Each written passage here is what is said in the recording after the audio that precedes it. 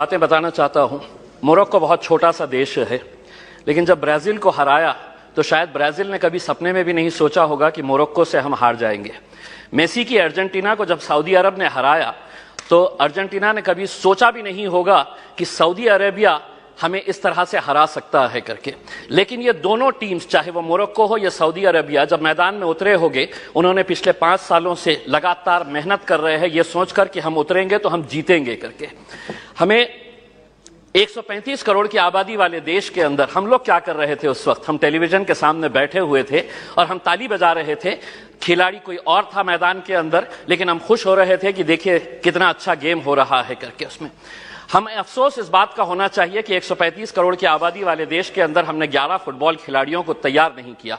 उस दिन सारे देश ने इस बात का चिंतन किया और हमने भी सोचा, यकीनन आपने भी सोचा होगा कि कहीं ना कहीं कुछ हमारी खेल नीतियों के अंदर कुछ बदलाव लाने की जरूरत है, वरना 135 करोड़ देश की आबादी अगर हम एक टीम तैयार नहीं कर रहे हैं तो कुछ ना कुछ कहीं ना कहीं गलत हो रहा है। इस बात का एहसास हुआ है और शायद वही एहसास को लेकर आज हम सभी लोग यहां पर इकट्ठा हुए हैं। मंत्री जी, मैं आपसे पूछना चाहता हूं, यूएस और चाइना ऐसा क्या कर रहा है कि उनके खिलाड़ी मैदान के अंदर उतरते हैं? कोई भी इंटरनेशनल इवेंट जब ऑर्गेनाइज होता है तो उनके खिलाड़ी गोल्ड ऐसे ही हंसते हंसते लेकर चले जाते हैं। हम एक गोल्ड अगर लेके आ जाते हैं तो पूरा देश सेलिब्रेट करता है, बल्कि प्राइम मिनिस्टर ले लीजिएगा, पूरे मिनिस्टर्स ले लीजिएगा, पूरे चीफ मिनिस्टर्स उसका जश्न मनाते हैं, जबकि हमारे पास पोटेंशियल इससे ज्यादा है। कहीं ना कहीं हम कुछ ऐसा नहीं कर पा रहे हैं वो कर रहे हैं करके। वो क्या कर रहे हैं? तो वो बचपन से ही अपने खिलाड़ियों को आइडेंटिफाई कर रहे हैं, कौन हमारा खिलाड़ी कौन से खेल के अंदर है, और उसके बाद पूरी जिम्मेदारी उनके स्पोर्ट्स एसोसिएशन, फेडरेशन और वहां की सरकार उठा रही है। हमें मंत्री जी हमारे शॉर्ट टर्म गोल्स और हमारे लॉन्ग टर्म टारगेट्स क्या होने चाहिए, इसको आइडेंटिफाई करने की जरूरत है। मंत्री जी, मैं आपसे अनुरोध करना चाहूंगा, एक सर्वे करवाइएगा पूरे देश के अंदर कि कितने ऐसे स्कूल्स है कि जहां पर स्पोर्ट्स टीचर्स मौजूद है।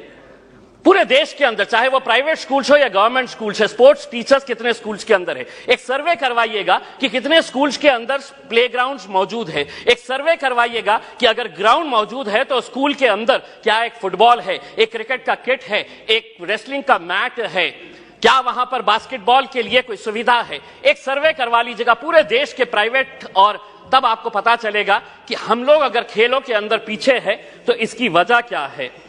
अध्यक्ष महोदय, मैं आपसे के जरिए मंत्री जी से यह अनुरोध करना चाहूंगा, 75 साल देश के आजादी के हो गए हैं, हम वैसे भी करोड़ों रुपया ऐसे वैसे कामों के ऊपर खर्च कर रहे हैं। मंत्री जी ये जिम्मा उठाइएगा कि 75 साल देश की आजादी के मौके के ऊपर हम हर स्कूल को एक स्पोर्ट्स किट प्रोवाइड करेंगे, जिसके अंदर एक फुटबॉल रहेगा, एक रेसलिंग का मैट रहेगा, एक बैडमिंटन के लिए, एक वॉलीबॉल के लिए जो नेट लगता है वो रहेगा। अध्यक्ष महोदय, एक मिनट, मैं सिर्फ सुझाव दे रहा हूं, और उसके ऊपर लिखिएगा कि अगर खेलेगा इंडिया तो जीतेगा इंडिया। उसके ऊपर आपकी तस्वीर लगाइए, आदरणीय पंत प्रधान जी की तस्वीर लगाइए, और एक 75 साल का तोहफा बोल के देश के तमाम स्कूल्स को आप ये दीजिएगा। हर राज्य के अंदर 4 कम से कम स्पोर्ट्स यूनिवर्सिटीज होनी चाहिए। मेरे शहर के अंदर थी, पूना वालों ने उठाकर उसे पूना लेकर चले गए।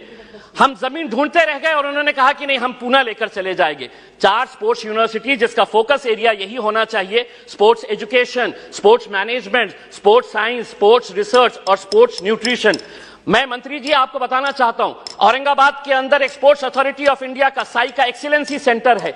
आज तक करोड़ों रुपया आपने खर्च किए हैं उसके ऊपर, लेकिन कोई भी एक इंटरनेशनल लेवल का वहां पे इवेंट ऑर्गेनाइज नहीं किया गया है। आप खेलो इंडिया के जरिए आप अंडर 17 के टैलेंट को आप आइडेंटिफाई करते हैं, हम उसका स्वागत करते हैं। उसी तर्ज के ऊपर अगर स्कूल गेम्स फेडरेशन, अध्यक्ष सिर्फ एक minute, school games federation of India को यह जिम्मेदारी देते हैं कि आप अंडर 14 के जितने भी टैलेंट है उसको आइडेंटिफाई करिएगा। दूसरा, सबसे जाते जाते सिर्फ यह कहना चाहूंगा, भारतीय जनता पार्टी के एक एमपी है बृजभूषण सिंह जी, वो खुद एक पहलवान है। अगर वो रेसलिंग फेडरेशन ऑफ इंडिया के प्रेसिडेंट है तो हम उसका स्वागत करते हैं, लेकिन जिसने कभी जिंदगी में कोई एक गोल नहीं किया वो फुटबॉल एसोसिएशन का प्रेसिडेंट, जिसने कभी क्रिकेट बैट नहीं पकड़ा वो क्रिकेट एसोसिएशन का प्रेसिडेंट हो गया है। इसीलिए हम आपसे अनुरोध करेंगे, एक नियम बनाइए, राजनेताओं को खेलों से दूर रखिएगा, तब जाकर हमारे खिलाड़ी दुनिया के ऊपर राज करेंगे। बहुत बहुत धन्यवाद। श्री एस.सी. हासन जी।